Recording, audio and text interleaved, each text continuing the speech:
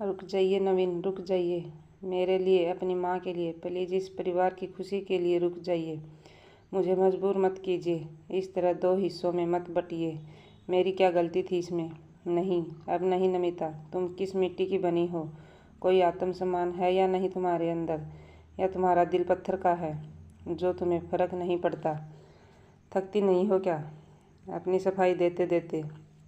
किस बात की सफाई दे रही हो तुम, जब तुम्हारी कोई गलती ही नहीं है? अपने बेटे के मुंह से ऐसी बातें सुनकर सरला जी हैरान हो गई और गुस्से से बोली, देखो, मैंने कहा था ना कि ये लड़की एक दिन हमारा घर तोड़कर रहेगी। आज मेरा बेटा इस दहलीज को छोड़कर जाना चाहता है, जहाँ उसका जन्म हुआ था। इतने सपने सजाए थे, इतनी यादों का पिटारा इकट्ठा किया, आज ये पिटारा अपने साथ लेकर जाना चाहता है। अपने माँ बाबूजी को छोड़कर जाना चाहता है, और वो भी इस कल की आई हुई मुई के लिए। अभी शादी को वक्त ही कितना हुआ है, और देखो वो कहावत सिद्ध कर दी कि बहू आते ही घर तोड़ देती है। अपनी सास के मुंह से ऐसी बातें सुनकर नमिता तो अपमान का घूंट पीकर रह गई थी। पर इन सब बातों का असर नवीन के दिल पर हो रहा था। नमिता फंस गई थी सास और पति की उम्मीदों का तालमेल बिठाते बिठाते। पति को खुश करती तो सास को बुरा लगता, और घर वालों की जिम्मेदारी में बैठ जाती तो पति को बुरा लगता कि तुमने मुझसे शादी की है या मेरे परिवार से, जो मेरे लिए वक्त ही नहीं है तुम्हारे पास। इसी सोच में डूबी हुई नमिता अपनी पुरानी यादों में खो गई। दरअसल 6 महीने पहले की बात है। नमिता की सास सरला जी बहुत खुश थी। आखिर होती भी क्यों ना, अपने इकलौते बेटे की शादी का ख्वाब जो पूरा करने जा रही थी। लड़की भी लाखों में एक थी, रूप और संस्कारों में हीरा थी। नमिता शादी करके ससुराल आई तो सरला जी ने दिल से बहू का स्वागत किया। शादी की रस्मों के साथ साथ नमिता नए घर का हिस्सा बन गई। अभी उस घर के तौर तरीकों को उसे अच्छे से समझा था, साथ ही नवीन की खुशियों का भी ख्याल रखना था। जैसे जैसे वक्त बीत रहा था, दोनों के बीच प्यार का धागा मजबूत हो रहा था। एक दूसरे की खुशियों का ख्याल रखने लगे थे। बड़ों के सम्मान में भी नमिता ने कोई कमी नहीं रखी की थी, पर कहीं ना कहीं पूरे दिन सबकी उम्मीदों पर खरी उतरते उतरते वो खुद को भूलते जा रही थी। अगले महीने नमिता का जन्मदिन था, तो नवीन बहुत ही उत्साहित था। न जाने क्या क्या तैयारियां कर रहा था। सरप्राइज़ की सोच रहा था, पर समझ नहीं आ रहा था कि क्या सरप्राइज़ दूं। देखते ही देखते नमिता का जन्मदिन आ गया। आज नवीन नमिता के आगे पीछे मंडरा रहा था, पर यह बात सरला जी को अच्छी नहीं लग रही थी। जब नमिता रसोई में गई तो नवीन उसके पीछे पीछे रसोई में चला गया। यह देखकर सरला जी से रहा नहीं गया। वो गुस्से से बोली, अब नवीन ऐसा कर, तुम खाना भी बना दे यहाँ आकर। आज तक तो तेरे कदम रसोई में पड़े ही नहीं। क्या क्या सिखा रही हो नमिता बहू तुम नवीन को। सास के मुंह से ये बातें सुनकर नमिता को बुरा लगा, पर उसने बात को वहीं नज़रअंदाज कर दिया और इशारों से नवीन को बाहर जाने को कह दिया। नवीन अभी इन सब बातों पर ध्यान नहीं देता था, पर नमिता को आज एक कड़वाहट की अनुभूति हुई, लेकिन फिर वो उसे टाल गई। उसे पता था कि बड़े परिवारों में ऐसी बातें होती रहती हैं, और ख़ासकर ऐसे परिवारों में जहाँ मर्दों की जगह रसोई में नहीं होती, वो बस दफ्तर संभालते हैं। तो हो सकता है नवीन मेरे पीछे पीछे रसोई में आ गया तो सासू माँ को बुरा लग गया होगा। वो अपने काम में लग गई। शाम का वक्त हुआ तो नमिता अच्छी खासी थक गई थी। सोचा थोड़ा आराम कर लूँ।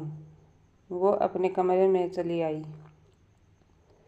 क्योंकि शादी के बाद एक अपना कमरा ही होता है जहाँ आपको सुकून मिलता है।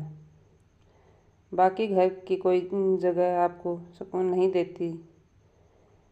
नमिता आराम करने अपने बेड पर लेट गई। तभी थोड़ी देर बाद उसे एक सुखद एहसास महसूस हुआ। देखा तो नवीन उसके सर को दबा रहा था। नवीन, तुम क्या कर रहे हो? नीचे सब तुम्हारे बारे में पूछेंगे, नमिता ने कहा तो नवीन मुस्कुरा कर बोला, हाँ, पर मेरी बीवी थोड़ी थक गई है तो उसकी सेवा करना भी तो मेरा फर्ज है। देखो, दरवाज़ा भी खुला है, मम्मी जी आ जाएंगी तो उन्हें बुरा लगेगा। चलो, तुम्हारी इच्छा भी पूरी कर देता हूँ। कहते हुए नवीन ने उठकर दरवाजे को थोड़ा उधेल दिया और फिर से नमिता का सर दबाने लगा। थकान से कब नमिता की आंख लग गई उसे पता ही नहीं चला। थोड़ी देर बाद उसकी माँ ने दस्तक दी और नमिता को सोया हुआ देखकर आग बबूला हो उठी। अरे, ये भी कोई सोने का समय है? माँ, धीरे बोलो, नमिता उठ जाएगी। थक गई है वो, सुबह से काम में लगी थी।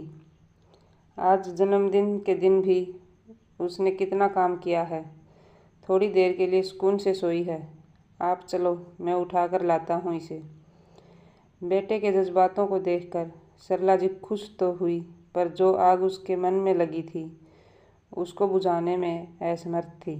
थोड़ी देर बाद नवीन ने नमिता को उठाया। अब उठो भी नमिता, नीचे सब तुम्हारा इंतज़ार कर रहे हैं। तो नमिता हड़बड़ा कर उठी। अच्छा हुआ नवीन, तुमने उठा दिया, मैं तो सो ही गई थी। माँ जी क्या सोचेंगी? उसे घबराई हुई देखकर नवीन ने कहा, अरे, इतना घबराने की कोई ज़रूरत नहीं है। मैंने माँ को बोल दिया था कि वो तुम्हें आराम करने दे। पर अब चलो नीचे। अरे हाँ, रुको 1 मिनट, कहते हुए नवीन ने नमिता की आंखों पर पट्टी बांध दी। अरे, ये क्या कर रहे हो नवीन? नमिता ने कहा तो नवीन बोला कि तुम बस मेरा हाथ थामो और चलो। नवीन उसे नीचे हॉल में ले आया। आंखों से पट्टी हटाई तो नमिता सतब खड़ी रह गई। सब ने मिलकर उसे जन्मदिन की बधाई दी, यहाँ तक कि उसके मायके वाले भी आए हुए थे। उसने सोचा ही नहीं था कि नवीन उसकी भावनाओं की इतनी कदर करेगा।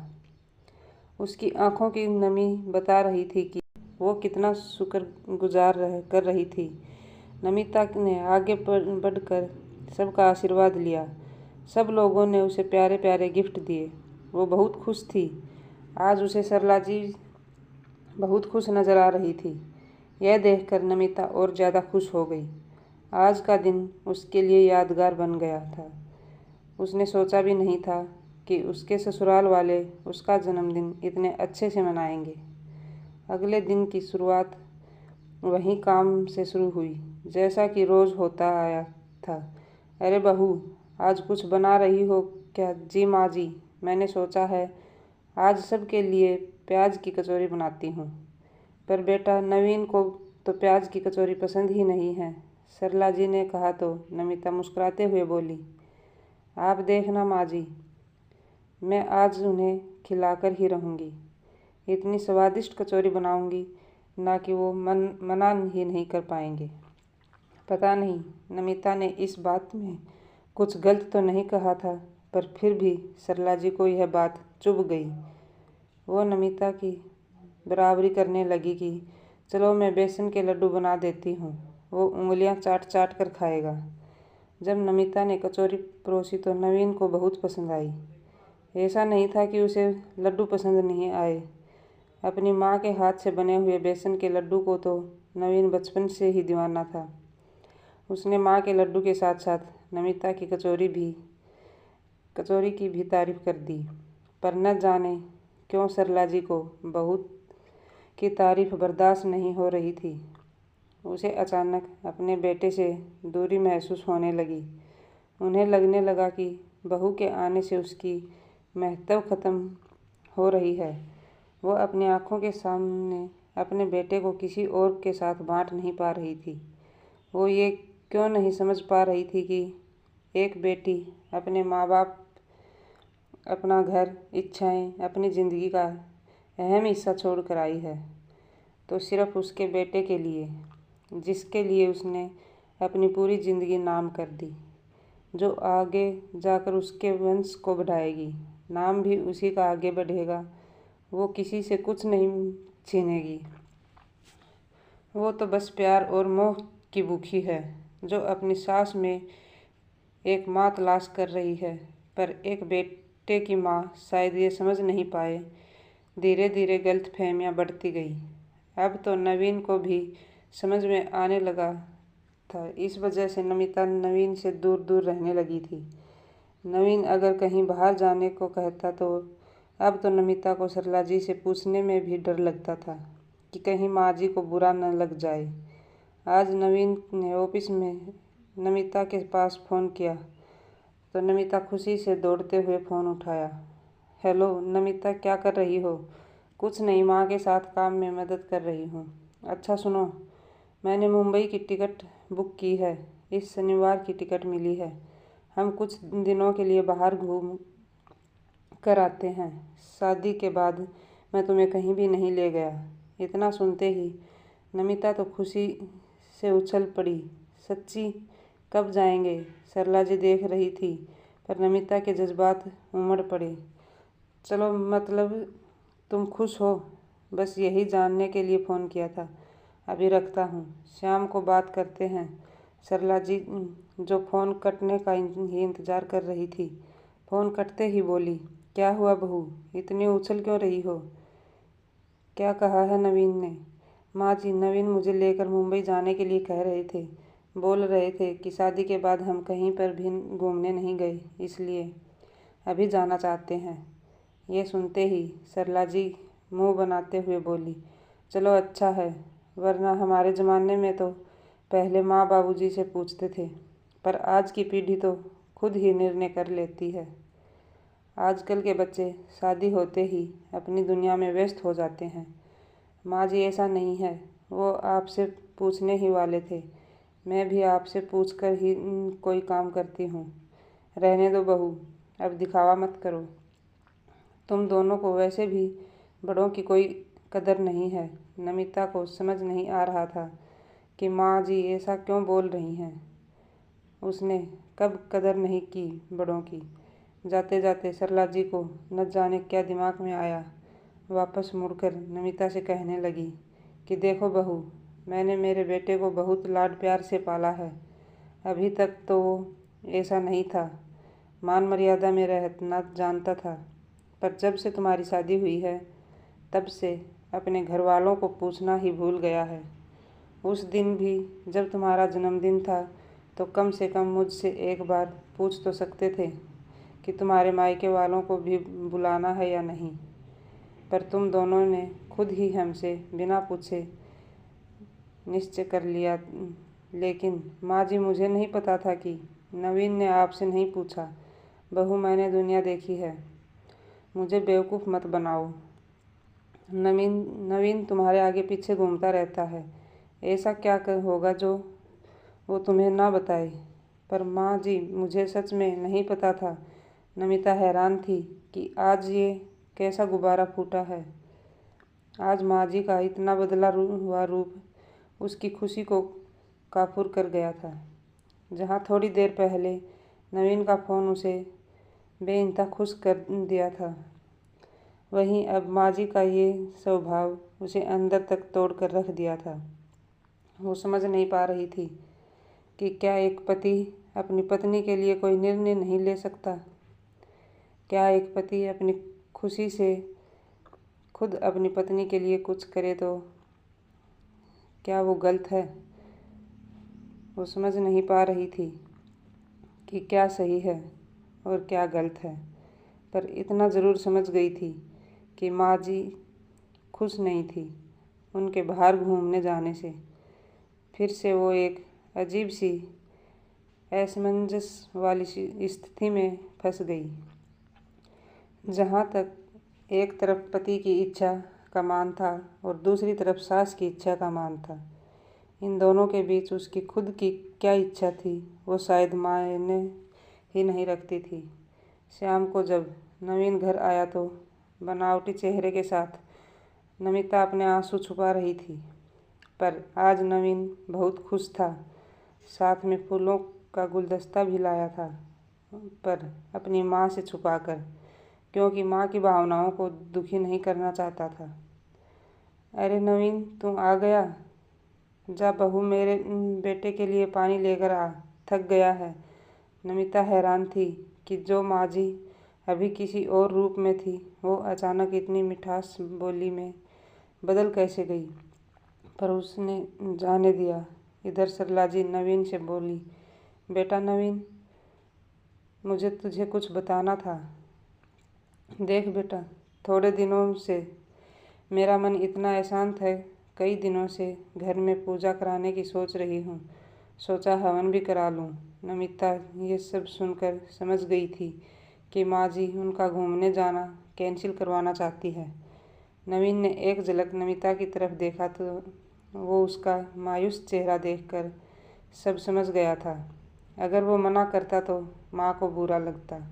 उसने कहा कि जैसा आप सब को ठीक लगे माँ। ये सुनकर सरला जी को बहुत खुशी मिली, पर वो ये भूल गई थी कि जिन्हें दुखी करके वो खुशी महसूस कर रही है, वो उसके खुद के अपने बच्चे हैं। नवीन जैसे ही कमरे में पहुंचा, वैसे ही पीछे पीछे नमिता भी कमरे में आ गई। क्या हुआ नमिता? कुछ नहीं नवीन, मैंने माँ को बताया था कि तुमने मुंबई जाने की बात की है, तो माँ जी को पता था कि हम जाने वाले हैं, फिर भी माँ जी ने जानबूझकर यह पूजा का कार्यक्रम रखा है, नमिता ने कहा। तो नवीन मायूस होकर बोला, क्या हो गया है माँ को, जो माँ मेरी एक मुस्कुराहट के लिए क्या क्या कर देती थी, वो आज मुझे खुश होता देखकर भी खुश नहीं हो पा रही। नवीन, शायद तुम्हारा मेरे लिए झुकाव माँ जी के इस बर्ताव की वजह बन गया है। पर नमिता, ये तो कोई बात नहीं हुई, तुम भी मेरी जिम्मेदारी हो। अपना सब कुछ छोड़कर तुम यहाँ मेरे लिए आई हो, तो क्या मेरी कोई जिम्मेदारी नहीं बनती? इसका मतलब ये तो नहीं कि तुम्हारे आने से मेरे दिल में माँ जी की इज्जत कुछ कम हो गई है। माँ मेरे लिए बहुत अजीज है, जिनकी जगह कोई नहीं ले सकता, तुम भी नहीं। तुमने अपनी जगह खुद बनाई है। अब इस टिकट का क्या करूं? माँ से बात करके देखता हूँ, शायद वो समझ जाएंगी। नवीन, नहीं नवीन, रहने दो, उन्हें लगेगा कि मैंने तुम्हें कहा है। उन्हें मनाने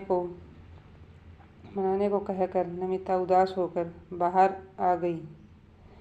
बाहर आते ही सरला जी बोली, देखो बहू, नवीन ने पूजा के लिए हाँ कर दी। अब देखना इस घर के विघ्न कैसे हटते हैं। जी माँ जी, अच्छा ही है, मन भी शांत हो जाएगा। अरे तुम अपने मायके वालों को भी न्योता दे दो, पूजा में तो जितने लोग आएंगे उतने कम हैं। मेरी जीजी भी आ रही है। अपनी बहू के साथ सीख लेना उससे कुछ, वो अपनी होशियार है सब कामों में। जी माँ जी, जैसा आप कहें। नमिता को बस दुख इसी बात का हो रहा था कि माँ जी जानती थी कि नवीन ने बाहर जाने का कार्यक्रम बनाया है। यह जानने के बाद भी उन्हें एक शिकवा नहीं था कि वो अपने बेटे की इच्छा समझ नहीं रही थी। जब वो अपने बेटे की इच्छा नकार गई तो मैं तो बहू हूँ, न जाने माँ जी को ऐसा क्यों लगता है कि मैं उनसे उनका बेटा छीन लूँगी। ये सारी सोच उसके मन में दस्तक दे रही थी, लेकिन वो घर की सुख शांति के लिए कुछ नहीं बोल पा रही थी। अगली सुबह सरला जी की बहन और उसकी बहू रवीना भी आ गई थी। रवीना बहुत चंट थी, अपनी चिकनी चुपड़ी बातों से सबको अपनी तरफ कर लेती, चापलूसी करने में एक नंबर थी। खैर, नमिता ने सबका स्वागत किया। पूरे दिन का सिलसिला बस मेहमानों की आवाजाही में ही बीत गया। आज नवीन और नमिता के बीच कोई बात नहीं हुई थी। दोनों का मन खींचा खींचा सा था। जैसे तैसे काम सिमट गया। पूजा हवन सब अच्छे से संपन्न हो गया, परंतु सरला जी की बहन और उसकी बहू वहीं टिक गई। अब तो रवीना ने भांप लिया था कि मौसी जी और नमिता के बीच कोई तो मनमुटाव है, जिनका फ़ायदा वो भरपूर उठा रही थी। नमिता को बुरा तो तब लगा जब माँ जी ने सबके सामने नमिता को टोकते हुए कहा, देखो बहू, कुछ सीखो रवीना बहू से, किस तरह बड़ों का आदर करती है, बड़ों का मान रखती है, हर काम में पहले अपनी सास की सलाह लेती है। रमन भी अपनी माँ से पूछे बिना मजाल है कि एक काम कर दे। आज तक कोई शिकायत का मौका नहीं दिया मेरी बहन को। यह सुनकर नमिता की आंखें भर आई। नवीन दूर खड़ा सब सुन रहा था और नमिता की खामोशी उसे कचोट भी रही थी, पर वो मजबूर था। रात हुई, सब सोने की तैयारी में थे। नवीन ऊपर अपने कमरे में जा ही रहा था कि तभी मौसी जी ने उसे रोक लिया। अरे नवीन, जब से मैं आई हूँ तसल्ली से एक बार भी बात नहीं किया तूने। कहाँ तुम बीवी के आगे पीछे घूमता रहता है। शादी हो गई तो बड़ा हो गया क्या? नहीं मौसी जी, ऐसा कुछ भी नहीं है। अरे नमिता भी खींची खींची नज़र आ रही है। कोई अनबन हुई है क्या तुम्हारे बीच? वो भी ऐसा लग रहा है जैसे खुश नहीं है। नहीं मौसी, हम सब खुश हैं। इंसान खुश रहने के लिए अपने मन को अगर अपने नियंत्रण में रखे तो अच्छा होता है। अरे वाह, बहू ने बहुत कुछ सिखा दिया तुझे। इतनी बड़ी बड़ी बातें। नहीं मौसी, बहू ने नहीं, अक्सर ये तो बड़े सिखा जाते हैं जिन्हें एहसास भी नहीं होता कि वो क्या कर रहे हैं। नवीन की ये बातें उसकी माँ को बड़ी अजीब लगी, पर नमिता समझ गई थी। थक हार के दोनों अपने कमरे में चले गए। तभी नवीन ने नमिता से कहा, नमिता, मैं थोड़ी देर मौसी के पास जाकर आता हूँ, नहीं तो उन्हें बुरा लगेगा। मैं भी चलूँ? नमिता ने पूछा तो नवीन ने उसे मना कर दिया कि नहीं, तुम रहने दो, और नीचे आ गया। जैसे ही नवीन अपनी माँ के कमरे की तरफ जाने लगा तो उसे अंदर से आती हुई अपनी मौसी की आवाज़ सुनाई दी। अरे सरला, मैं कहती थी ना तुमसे कि इन बहुओं को अपने हाथ की कठपुतली बनाकर रखना चाहिए, वरना कब ये बेटों को लेकर उड़न छू हो जाएंगी पता भी नहीं चलेगा। देख, मैं कब से मेरी बहू को मेरे इशारों पर नचाती आ रही हूँ। मजाल है कि मेरा बेटा एक शब्द भी बोल दे, पर तेरे बेटे की लगाम तो तूने बहू के हाथ में दे दी है। पर जीजी, नमिता तो ऐसी नहीं है। वो मेरी हर बात सुनती है, कभी जवाब नहीं देती। जब मैं नई नई सास बनी तो आपने जैसा बोला मैंने वैसा ही किया। मैंने पूरी कोशिश की कि मेरा बेटा मेरा ही रहे, बहू के कब्जे में ना जाए। ये सुनकर नवीन के पैरों तले ज़मीन खिसक गई। वो सोच भी नहीं सकता था कि मौसी जी माँ को इस तरह से भड़का भी सकती है। वो बड़ी थी, वो अच्छी बात बताने के बजाय उन्होंने ये सब किया। पर अब बहुत हो गया। अब मुझे एक निर्णय लेना ही होगा ताकि माँ को सही रास्ते पर लाया जा सके। नवीन जब वापस कमरे में पहुंचा तो नमिता आशा भरी निगाहों से उसका इंतज़ार कर रही थी। शायद नवीन कुछ अच्छी बातों का पिटारा खोलेगा, पर मायूस निगाहें कुछ बयान नहीं कर सकी। नमिता समझ गई थी। वो बिना कुछ बात किए रह गई। नवीन भी सो गया। आज की रात नवीन के मन में जहर घोल रही थी। सुबह का मंजर देखने योग्य नहीं था। नमिता की आंखें नीर बरसा रही थी। क्या हो गया नवीन तुम्हें? कुछ तो कहो। अचानक ये कपड़े पैक करके तुम कहाँ जा रहे हो? नीचे सभी लोग इकट्ठा हो गए। सरला जी स्तब्ध सी खड़ी थी। देखो नमिता, मैं तुम्हारा इंतज़ार कर रहा हूँ। तुम्हें मेरे साथ चलना है तो चलो, वरना मैं अकेला भी चला जाऊँगा। लेकिन क्यों नवीन, बात क्या है? वो तो बता दो, नमिता ने रोते हुए कहा। तो सरला जी बोली, रहने दे बहू, अपने आप को क्या साबित करना चाहती हो? जो तुम्हें करना था वो तो तुम कर ही चुकी हो। यही चाहती थी ना तुम कि मेरा बेटा मुझसे अलग हो जाए। कितने मिनटों से शादी करके मेरे बेटे की ज़िंदगी में तुम्हें लाई थी मैं, और तुमने मेरे बेटे को ही मुझसे छीन लिया। अपनी माँ की बातें सुनकर नवीन को खून खोल उठा। उसने कहा, क्यों माँ, एक लड़की जब शादी करके आती है तो क्या वो यही सोच कर आती है कि वो आते ही अपने पति का घर तोड़ देगी? जब आपकी शादी पापा से हुई तो क्या आप भी यही सोच कर आई थी जो आप नमिता पर इल्ज़ाम लगा रही हो? क्या पापा ने आपके आत्मसम्मान में कोई कमी रखी थी?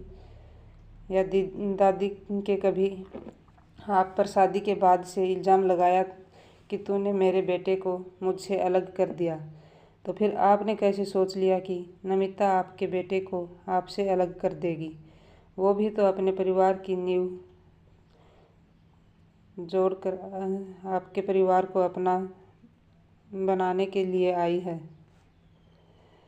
फिर क्यों आप दूसरों की बातों में आ गई?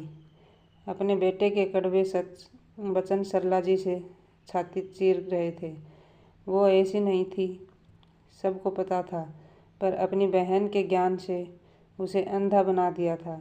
माँ, आप जानती थी कि मैं बाहर नमिता के साथ घूमने जा रहा हूँ, पर फिर भी आपने घर में पूजा का कार्यक्रम रखा ताकि हम दोनों घूमने ना जा सकें। मैंने तो चाहा कि आपको बता दूँ, आप तो जानती हैं ना मुझे, मेरी ज़िद के लिए मैं क्या क्या कर जाता हूँ और अंत में आपको झुकना ही पड़ता है। पर आज मैं ज़िद करता तो आप इल्ज़ाम नमिता पर लगाती, इसलिए मैं चुप रहा।